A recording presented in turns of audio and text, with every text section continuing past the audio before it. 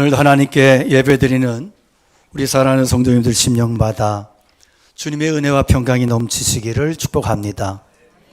현대 사회를 가리켜 사무시대 그렇게 이야기합니다. 무감각, 무관심, 무책임, 무의미 앞에 무자를 다 붙이면 되는 것 같습니다. 요즘 교사들은 학교 교사들이 청소년들을 상대하면서 그들이 쏟아내는 질문에 너무 당혹스럽고 감당하기 힘들다고 토로합니다. 그들은 아주 직설적으로 그런 이야기들을 쏟아냅니다. 살아가야 할 이유가 없어서 못 살겠다. 이렇게 힘든데 뭐 때문에 살아야 될지 모르겠다. 하고 싶은 것도 없고 재밌는 것도 없고 다 그냥 허무하다. 짜증난다. 이런 이야기들을 쏟아냅니다. 그러면서 훅 들어오는 질문이 선생님은 뭐 때문에 사냐? 선생님도 죽지 못해 살지 않냐? 이런 이야기를 쏟아냅니다. 이런 질문 대하면서 때로는 머리가 하얘지기도 하고 충격받기도 하고 또 이런 부정적인 질문의 영향 때문에 자신도 또 힘들어지기도 한다는 이야기를 토로합니다. 의미요법으로 잘 알려진 빅터 프랭클은 인간은 본능적으로 의미를 추구하는 존재라고 했습니다. 쾌락과 이 소유의 시대에는 돈의 많고 적음이 가장 중요합니다. 현대인들은 모든 가치를 돈으로 환산합니다. 특히 한국 사람들의 경우는 더 노골적이고 심각합니다. OECD 국들을 대상으로 삶의 의미를 어디에 두느냐, 무엇에 두느냐 설문했는데 그래도 한국 사람만이 물질이 돈이 1등이었습니다. 다른 나라 사람들은 가정, 직업, 그 다음에 돈 순서인데 한국은 돈, 건강, 가정 순서였습니다. 이것은 한국 사람들의 가치관과 정신세계를 반영하는 결과입니다. 폴 틸리히는 인간에게 가장 중요한 문제가 무엇일까에 대해서 질문하면서 고대인들에게는 죽음의 문제, 중세인들에게는 죄의 문제, 그리고 현대인들에게는 의미의 문제라고 했습니다. 인간은 살아가면서 자신의 삶의 의미를 발견하지 못하면 못 견딘다는 것입니다. 그러면 언제 삶의 의미가 우리에게 다가오겠습니까? 그것은 인생의 참된 가치를 발견할 때입니다. 사람은 인생에서 참 가치와 의미를 발견하는 일에 목숨을 겁니다. 또 아무리 힘들어도 의미와 가치를 발견한다면 그것이 힘들어하지 않습니다. 남들이 볼 때는 죽을 것 같이 힘들어도 그 속에서 의미와 가치를 발견한 사람은 거기에서 즐거움을 느낀다는 거죠. 그런데 참된 가치는 눈에 보이는 것이 아니라 눈에 보이지 않는 자신의 내면 세계의 영적 질서입니다. 정말 가치 있는 것은 잠시 있다 없어지는 것이 아니라 영원한 것입니다. 이 세상에 영원한 것은 없습니다. 그러나 하나님은 영원하시고 그 말씀이 영원하고 하나님의 나라가 영원합니다. 그래서 우리가 이 영원한 하나님의 나라, 하나님의 말씀, 하나님을 믿고 살아갈 때 그 인생이 어떤 상황 속에서도 흔들리거나 무너지지 않습니다. 여러분, 오늘 우리의 현실이 어떻습니까? 참된 가치와 거짓된 가치가 뒤죽박죽 섞여 있습니다. 수많은 가짜 뉴스들이 미디어를 통해서 쉴 새 없이 쏟아져 나옵니다. 하루에 쏟아지는 유튜버 그 영상 분량이 평생 한 사람이 봐도 다 못 볼 만큼의 분량이 나온다고 합니다. 왜 현대인들이 거짓된 가치에 이렇게 붙들리고 쓸려가게 되느냐? 자신에게 의미를 찾지 못하고 의미 없는 삶이 반복되고 있기 때문에 그렇습니다. 오늘 사마리아 여인은 자신을 향하여 물을 달라고 하는 이가 선지자 메시아이심을 고백합니다. 그가 예수님을 만날 때 자신의 신앙의 궁극적인 문제였던 영적인 문제, 예배의 문제도 해답을 얻었습니다. 요한복음 4장 25절에 보면 본문에서 그녀는 메시아 곧 그리스도라 하는 이가 오실 줄을 내가 아노니 그가 오시면 모든 것을 우리에게 알려주실 것이라고 했습니다. 그때 예수님께서 내가 그다, 내가 메시아다, 내가 그리스도라고 선포하십니다. 공관복음에서는 초기에 예수님께서 자신의 메시아 되심을 숨기셨습니다. 그러나 요한복음에서는 처음부터 당신의 메시아 되심을 공개적으로 드러내십니다. 사마리아 여인은 예수님 만났고 감격했고 그 속에서 인생의 참된 의미를, 가치를 발견했습니다. 이 여인은 예수님 만나기 전까지 자신이 왜 살아야 되는지 인생의 의미와 가치를 발견하지 못했습니다. 그러므로 세상에 끊임없이 목마른 뿐이었습니다. 그러나 예수님 만난 뒤에 그가 놀랍게 변화됩니다. 어떻게 변화됐습니까? 오늘 예수님께서 사마리아 여인과의 대화 속에서 자신의 정체에 대해서 직접적으로 말씀하시는 곳은 유일하게 이곳만이, 복음서 속에서 이곳만이 유일합니다. 3장의 니고데모처럼 신분이 높은 유대 관원이 아니라 불투명한, 어쩌면 존재 별로 이 존재 가치가 별로 없는 이러한 무명의 여인에게 자신의 정체를 밝히심을 통해서 예수님께서 왜 이 땅에 오셨는지에 대해서 묵시적으로 계시하고 밝히고 계시는 것입니다. 사마리아 여인의 행동에 뚜렷한 변화가 나타납니다. 그녀는 정오에 운물을 기르러 왔던 이 세속적인 가치를 예수님을 만난 이후에 일순간 잊어버립니다. 마셔도 목마를 그 물을 힘들게 평생을 반복해서 깃던 이 물동이를 내팽개쳐버리고 자신이 만난 그리스도를 전하기 위해서 동네로 뛰어들어갑니다. 여인은 남의 얼굴을 피하기 위해서 이렇게 대인기피증에 걸려서 이 한 정오에 물을 기르러 왔는데 예수님을 만나고 나서 완전히 바뀌어지고 변화돼서 예수님을 전하고 싶은 열망을 이기지 못해서 자신이 그토록 피해 다녔던 동네 사람들을 향해서 뛰어가서 거기에서 그리스도를 전하는 그러한 모습을 우리가 보게 됩니다. 29절에 보면 내가 행한 모든 일을 내게 말한 사람을 와서 보라, 이는 그리스도가 아니냐. 이 말을 들은 사마리아 사람들이 동네에서 나와서 예수님께로 몰려들어요. 이제 이 여인은 생수의 운물을 새로 발견했어요. 그가 예수님을 만나서 자신의 삶의 문제가 해결이 됩니다. 물동이는 더 이상 중요하지 않은 물건이 됩니다. 동네로 뛰어들어가서 사람들에게 외칩니다. 다 와서 보라. 우물가로 나오라. 오늘 사마리아 여인이 받은 은혜는 예수님을 믿고 났더니 어떤 기적을 봤다든지 죽은 자가 벌떡 일어났다든지 어떤 이런 현상적인 기적에 관한 게 아닙니다. 수가성 여인은 예수님을 그리스도라고 고백해요. 그가 왜 그렇게 생각을 했을까요? 그가 어떻게 아무런 기적도 못 봤는데 아무런 현상적인 어떤 변화도 없었는데 어떻게 그는 예수님을 그리스도라고 생각할 수 있었을까? 예수님이 마치 죽집게 도사처럼 자신의 과거를 눈을 가늘게 뜨면서 너는 남편이 5 있었는데 네 남편이 아니야. 지금 있는 남편도 네 것이 아니야. 요망한 거사. 이렇게 그래서 얼빠진 사람들이 용한 점쟁이 무당 앞에서 벌벌 떨면서 복채를 들이밀듯이 이런 상황이 아니잖아요. 이런 현상이 아니잖아요. 전혀 그런 얘기 아니잖아요. 그 대답이 여인의 고백 속에 담겨 있어요. 그가 나의 모든 것을 내게 말하여 주셨다. 그가 나의 모든 것을 내게 말해 주셨다. 이 이야기는 단순히 예수님께서 여자가 어떤 행동을 했는지를 아셨다는 이야기가 아니고요. 이것은 왜 그동안 이 여자가 그런 인생을 살 수밖에 없었는지, 그런 행동을 할 수밖에 없었는지, 왜 그는 여태껏 이런 삶을, 비참한 삶을 살 수밖에 없었는지에 대해서 예수님이 아셨다는 얘기예요. 즉 주님께서 자신의 중심을 보셨다는 것이고 수가성 여인은 이것을 마을 사람들에게 뛰어가서 증거했다는 거예요. 예수님이 우리의 모든 것을 아신다는 것은 우리의 정체성을 아신다는 거예요. 수가성 여인이 끊임없이 물을 기르러 그렇게 달려갔던 것처럼, 반복해서 그런 삶을 살았던 것처럼 모든 인생은 자기의 정체성에 대한 갈증을 채우기 위해서 물을 기르듯이 반복해서 수고를 반복해서 고통 속에 살아가는 존재라는 것을 아신 거예요.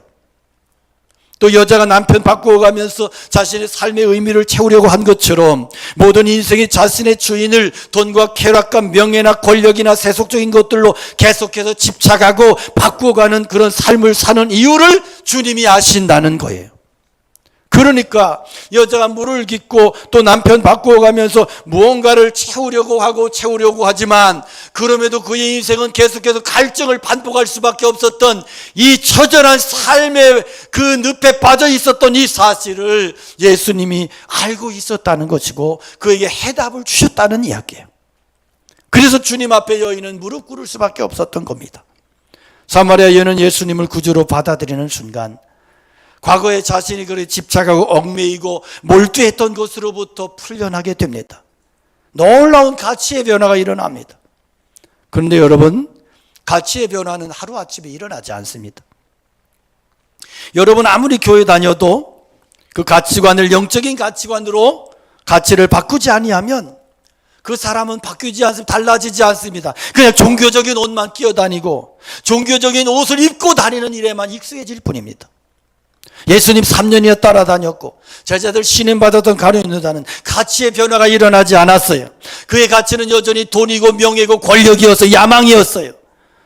그래서 그의 인생이 자살로 끝난 게 비참한 것이 아니라 그의 가치관이 예수님을 만나 3년을 쫓아다녔지만 여전히 가치관이 변하지 않은 채로 그렇게 자신의 이름을 드러내고 돈에 집착하고 그리고 권력에 집착하는 것만을 삶의 가치로 여기다가 죽었다는 그 사실이 더 비참한 거예요. 여러분 기독교의 복음이 뭡니까? 우리가 하나님 앞에 죄인이라는 사실을 날마다 중심으로 확인하며 살아가는 거예요. 확신하며 살아가는 거예요. 오늘 사마리아 여인은 물동이를 버려두고 동네로 들어가서 사람들에게 뭐라고 말합니까? 29절에 보면 내가 행한 모든 일을 내게 말한 사람을 와서 보라. 이는 그리스도가 아니냐? 무슨 얘기입니까? 내가 예수 믿었더니 나를 성공하게 했던 사람이 아니냐? 그런 겁니까? 아니에요. 내가 예수 믿었더니 내 모든 환경을 놀랍게 그렇게 부유하게 부자 만들어주고 자식들 출세하게 만들어줬다는 그런 얘기입니까? 아니잖아요. 자신의 과거의 모든 죄를 알고 있는 이분을 봐라. 이분은 나를 속속들이 다 알고 계신다. 내가 이분을 만났어. 내 인생의 고달픈 문제가, 우울했던 문제가, 죽고 싶었던, 자살하고 싶었던 이 모든 문제를 내가 치유받고 해결받고 회복되었다. 내 속에 헛된 꿈과 절망스러운 인생의 문제를 이분이 이미 다 알고 계셨고 그리고 나를 상담해 주시고 나에게 말씀해 주시고 마침내 내 인생의 목마름의 문제를 궁극적으로 해결해 주셨다. 이분이 바로 내가 찾던 분이다. 이분이 내가 만난 이분이 바로 메시아 그리스도이시다. 그가 그렇게 외치고 선포합니다. 수가성에 죄 많은 여인이 예수님 만난 순간 부끄러운 과거 허물은 더 이상 그녀를 지배하지 못합니다. 더 이상 힘을 쓸 수 없습니다. 여러분, 우리 예수님 만나고 나면 더 이상 자신의 과거에 부끄러운 그러한 과거의 수치와 아픔 때문에 좌절하지 않습니다. 주저하지 않습니다. 허물과 죄를 감추려고 하면 숨기려고 하면 할수록 더 그 허물과 죄의 세력에 사로잡힐 수밖에 없는 게 인생이에요. 그래서 허물과 죄는 예수님 앞에서 고백하고 책망받고 드러내는 순간 힘을 잃게 되는 거예요. 그래서 성경이 책망받는 것마다 빛으로 나타난다 그렇게 말씀하는 거예요. 그 허물과 죄를 용서해 주시는 주님이 함께 하시기에 여러분 우리가 이 세상을 살아가며 용기를 낼 수 있는 거예요. 우리가 주님께 나의 허물과 죄를 고백할 때 주님은 그래 너는 그렇게 형편없는 인생이라고 낙인 찍고 정죄하시는 것이 아니라 그 허물과 실수를 사해 주시고 회복시켜 주시고 예수님을 전하는 그러한 재료로 그렇게 그것을 변하게 하셔서 우리를 복음 전하는 사명자로 그렇게 만드시고 살게 하시는 것입니다. 우리에게서 살필 수 있는 것은 우물 너머에 계시는 주님을 바라보라는 거예요. 여인에게 있어서 우물은 어떤 곳이에요? 내 삶의 처절한 현장이에요. 이곳을 떠나면 죽어요. 나는 이것이 힘들어요. 지겨워요. 포기하고 싶지만 포기할 수 없어. 왜? 저 자식이 있고 내가 먹고 살아야 돼. 그래서 나는 이렇게 사는 것이 힘들지만 지겹지만 그 우물가를 찾아갈 수밖에 없는 거예요. 내가 매일매일 억지로 가야 되는, 감당해야 되는 그런 일상의 장소요, 직장이요, 삶의 터전이요. 이 장소는 때로 나에게 지겨워요. 불안해요. 피곤해요. 사람 만나는 게 싫어요. 두려워요. 그런데 억지로라도 가야 돼. 감당해야 돼. 왜? 생업이니까. 여인은 매일 목마름을 해결하기 위해서 우물을 찾지만 근원이 해결되지 않습니다. 그 해결받았던 그 순간은 바로 소망의 주님을 그 자리에서 만났을 때, 우물 너머에 계시는 그 소망의 주님을, 생명의 주님을 그가 만났을 때, 그래서 여러분, 우리가 이 세상 살아가면서 지친 우물가에서 신세 타령하는 것이 아니라 지친 우물가에서 거기에서 나와 함께 하시는, 나에게 소망을 주시는, 나에게 새 힘을 주시는 생명의 그리스도, 구원의 그리스도를 바라볼 수 있기를 축복합니다. 눈을 들어 주를 보라, 내 모든 염려 주께 맡겨라. 슬플 때에 주 예수 얼굴 보라. 사랑의 주님 안식 주리라. 할렐루야. 여러분, 내 일상의 우물가가 어디입니까? 그 우물가에서 한없이 낙심하고 좌절하고 피곤한 고단한 인생을 살고 계시다면 거기에서 우리 주님의 은혜를, 함께 하시는 주님을 발견하시고 그 주님의 손을 붙들고 일어설 수 있기를 축복합니다. 주님 우리에게 말씀하십니다. 약속하십니다. 내가 너와 함께 하리라. 놀라지 말라. 나는 너의 하나님이 됨이라. 내가 너를 도와주리라. 참으로 너를 굳세게 하리라. 참으로 나의 의로운 오른손으로 너를 붙들어 주리라. 그러므로 생존의 우물가에서 우리가 생명의 그리스도를 만날 때 우리는 더 이상 불안해하지 아니하고 낙심하지 아니하고 담대함으로 세상을 이기는 생명의 삶을 살아가게 될 줄로 믿습니다. 여러분, 우리 인생에 무엇이 소중합니까? 무엇 때문에 그렇게 바쁘시고 분주하십니까?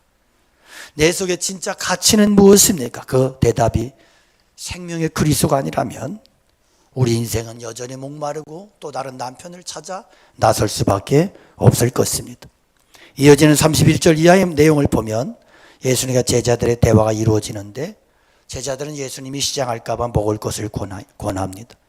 그랬더니 예수님 뭐라 그러시냐면, 야, 나의 양식은 나를 보내신 이의 뜻을 행하며 그의 일을 온전히 이루는 이것이니라 말씀하십니다. 아버지의 뜻을 행하며 아버지의 일을 온전히 이루는 것이 나의 양식이다. 우리는 아버지의 뜻에 대해서 늘 익숙한 단어죠. 그러나 하나님의 뜻을 따라 산다고 하지만 여전히 추상적인 것이 사실입니다. 구체적으로 하나님의 뜻이 무엇일까? 요한복음 6장 38절 이하에 보면, 내가 하늘에서 내려온 것은 내 뜻을 행하려 함이 아니요 나를 보내신 이의 뜻을 행하려 함이니라. 나를 보내신 이의 뜻은 내게 주신 자 중에 내가 하나도 잃어버리지 아니하고 마지막 날에 다시 살리는 이것이니라. 내 아버지의 뜻은 아들 예수님, 아들을 보고 믿는 자마다 영생을 얻는 이것이니 마지막 날에 내가 이를 다시 살리리라. 할렐루야. 하나님의 뜻이 뭐예요? 예수님을 보고 예수님을 믿는 자마다 영생을 얻게 하시는 거예요. 35절에 보면, 너희는 넉 달이 지나여 추수할 때가 이르지 아니하느냐? 그러나 나는 너에게 이르노니 너희 눈을 들어 밭을 보라. 희어져 추수하게 됐다. 유대인들은 사마리아 사람들을 혼혈민족이라고 차별하고 그리고 증오하고 멸시했어요. 그 땅은 저주받은 땅이야. 그 땅은 구원의 은혜가 없는 땅으로 여겼어요. 그러나 예수님은 그 땅에 들어가셔서 복음을 그곳에서 전하시고, 그리고 거기에서 사마리아 사람들 귀한 사람들이고 이 지역도 추수할 영적 장소이고 거두어야 될 시기라고 말씀하세요. 씨앗 뿌린 농부가 기쁜 추수의 때를 맞이하듯이 예수님은 사마리아 여인을 통해서 그 동네 사람들이 예수님을 믿게 되는 풍성한 영적인 추수를 영의 양식보다 훨씬 더 원하셨던 겁니다. 이 사마리아 지역의 추수는 나중에 사도행전 8장에 보면 더 큰 추수로 이어지게 되는데 빌립이 사마리아 성에 내려가서 복음을 전합니다. 거기에서 많은 사람들이 주님께로 돌아옵니다. 그래서 그 성에 큰 기쁨이 있었더라 말씀합니다. 우리는 가끔 엉뚱한 생각해요. 놀고 먹는 사람 얼마나 행복할까. 야, 금수저로 태어난 사람은 얼마나 좋을까. 그러면서 부모를 막 불평해요. 흙수저가 돼가지고 자식을 이렇게 고생시킨다고. 그러면서 어떤 제 선교사 후배 선교사가 아들 보고 그랬대. 야, 네 공부도 하고 열심히 해서 네가 좀 장례를 좀 그래 준비하고 해야 되지 않겠냐 그랬더니 제가 준비하는 것보다 아버지가 하는 게 빠를 것 같습니다. 제가 준비 별로 안 해도 아버지가 준비 잘하면 저는 그냥 먹고 삽니다. 참 골치 아픈 세상이. 그런데 그러니까 막 그렇게 놀고 먹는 사람이 그렇게 부러운 거야. 근데 그런데 말이지 남편애들 잘 만났어야 되는데 아이고 남편 또 이 논팽이 막 잘못 만났다고 가난해가지고 그래서 남들은 여행 다니는데 나는 이사만 다닌다고. 여러분 원망하지 마십시오. 진짜 만족이 돈이나 놀고 먹는 데 있지 않단 말이에요. 여러분 진짜 만족이 어디 있냐? 사명에 있어요. 사명으로 일하는 거기에 있어요. 우리 사람 마음이 참 신비로워요. 우리의 영혼은 우리가 생각하는 것과는 정반대에서 행복을 느낍니다. 여러분 노는 사람보다 일하는 사람에게 만족이 있어요. 공부 열심히 하는 학생이 빈둥빈둥 노는 학생보다 만족이 있고 자수성가한 사람이 부모 재산 물려받은 사람보다 훨씬 더 만족해요. 남 돕는 사람이 도움받는 사람보다 행복하고요. 섬기는 사람이 섬김받는 사람보다 만족해요. 전도하는 사람이 전도받는 사람보다 만족하고 기도하고 말씀 실천하는 사람이 맨손으로 멀뚱멀뚱 교회만 오락가락하는 사람보다 훨씬 만족과 기쁨이 있어요. 최선을 다해서 건축 헌금 드린 사람이요 헌금 아까워서 이리저리 빼고 도망치는 사람보다 훨씬 만족과 기쁨이 있어요. 해보세요. 저는 이것을 영혼 만족의 원리, 사명의 원리라고 부르고 싶어요. 저는 지금까지 살면서 제 인생의 방향이 늘 사명에 집중되어 왔어요. 그래서 저의 삶의 목회 환경은 저는 여기에 와서는 제가 참 환경적으로 많이 그렇게 좋은 환경에서 목회를 하지만 그런데 여기 왔더니 또 교회도 지라 그래서 교회를 짓고 있지만 이전의 환경은 정말 척박했어요. 수도 없이 땅을 사고 교육관을 건축을 하고 뭐 있어야죠. 드릴 것이 없잖아요. 그래서 저 아내하고 기도하면서 그래 여보 우리 뭘 드릴까? 그렇다고 자식을 드릴 수도 없고 뭘 드리지? 그러면서 기도하면서 이것저것 없는 것 있는 것 다 털어서 주님께 드리고 그러면서 살았습니다. 어떤 사람이 저한테 그래요. 자기는 다시 태어나고 싶대요. 그러면서 목사님은 다시 태어나고 싶지 않네. 그래서 내가 왜 다시 태어나냐.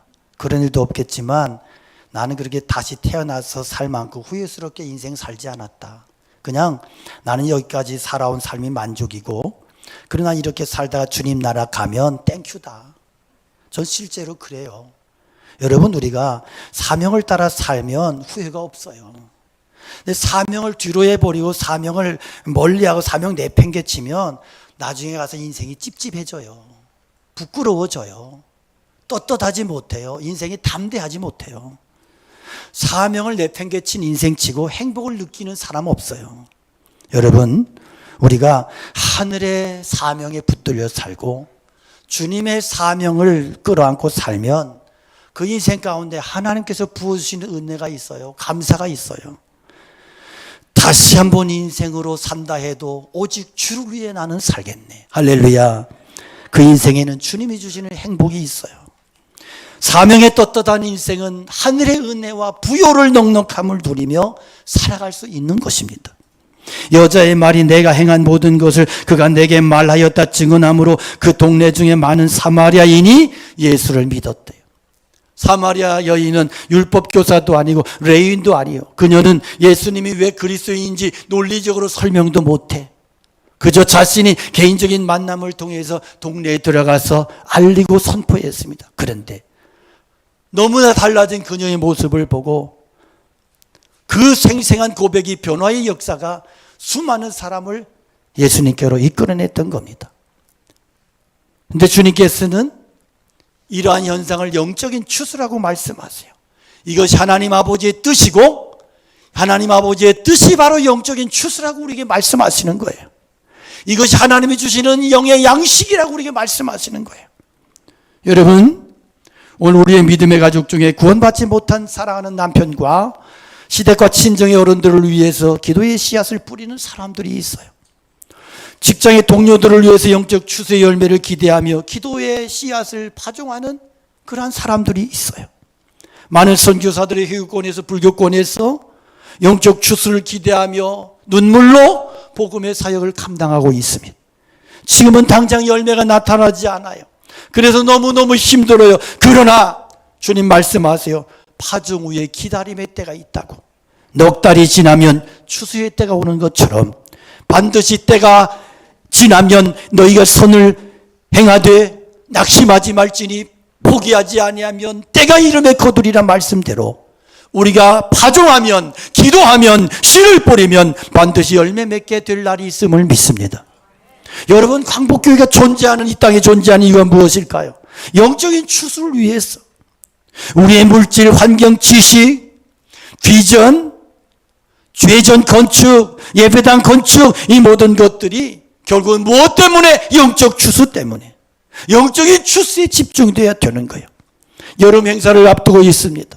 여러분, 다음 세대의 부흥을 위해 기도하시기 바랍니다. 유치부, 유초등부, 청소년부, 청년부 이들의 부흥을 위해서 다음 세대가 일어서야 우리가 삽니다.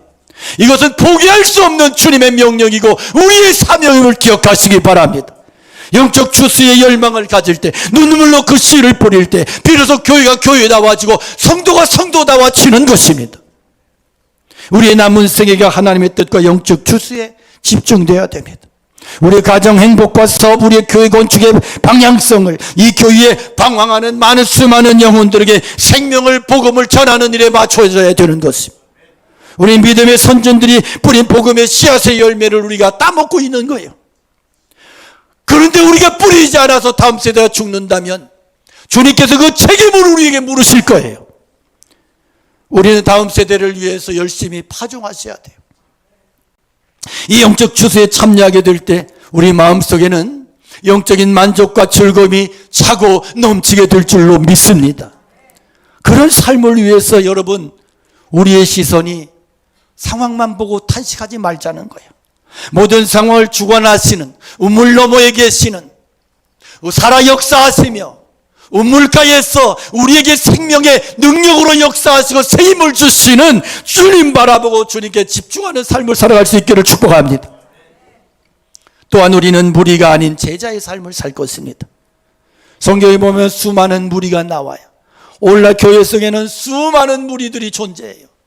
이 수많은 무리들은 예수님의 기적을 보며 따라다니고 떡을 보며 흥분하고 먹을 것을 쫓아다니고 한 것처럼 이런 것이 끊어질 때 요한복음 6장에 보면 더 이상 예수님을 따라다니는 사람들이 없었다는 거예요.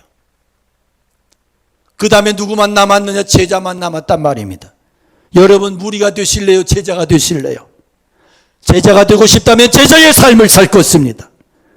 제자는 내 유익에 연연하지 않습니다. 이기의 욕망에 그렇게 사로잡힌 인생을 살지 않습니다. 말씀 따라 삽니다. 때로 손해를 봅니다. 희생당하기도 합니다. 주님을 위해서 믿음 지켜내다가 억울한 일을 당하기도 합니다. 그럼에도 바울 사도의 일사가구의 고백처럼 오직 성령이 나에게 증거하여 결박과 환난이 나를 기다린다 하시나 나의 달려갈 길과 주 예수께 받은 사명 곧 주의 은혜 복음 증거를 마치려 하면은 나의 생명을 조금 더 귀한 것으로 여기지 아니하노라.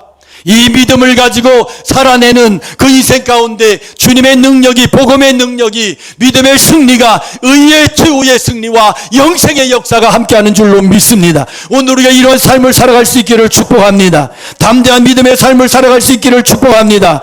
그래서 많은 사람들이 저 여러분의 삶을 통하여 힘을 얻고 예수 그리스도를 바라보게 되고 인생의 잘못된 방향에서 돌이켜서 구원을 얻게 되는 놀라운 역사가 저와 여러분을 통해서 살아가는 광복교회를 통해서 이 놀라운 역사가 일어나게 될 수 있기를 주님의 이름으로 간절히 축원합니다.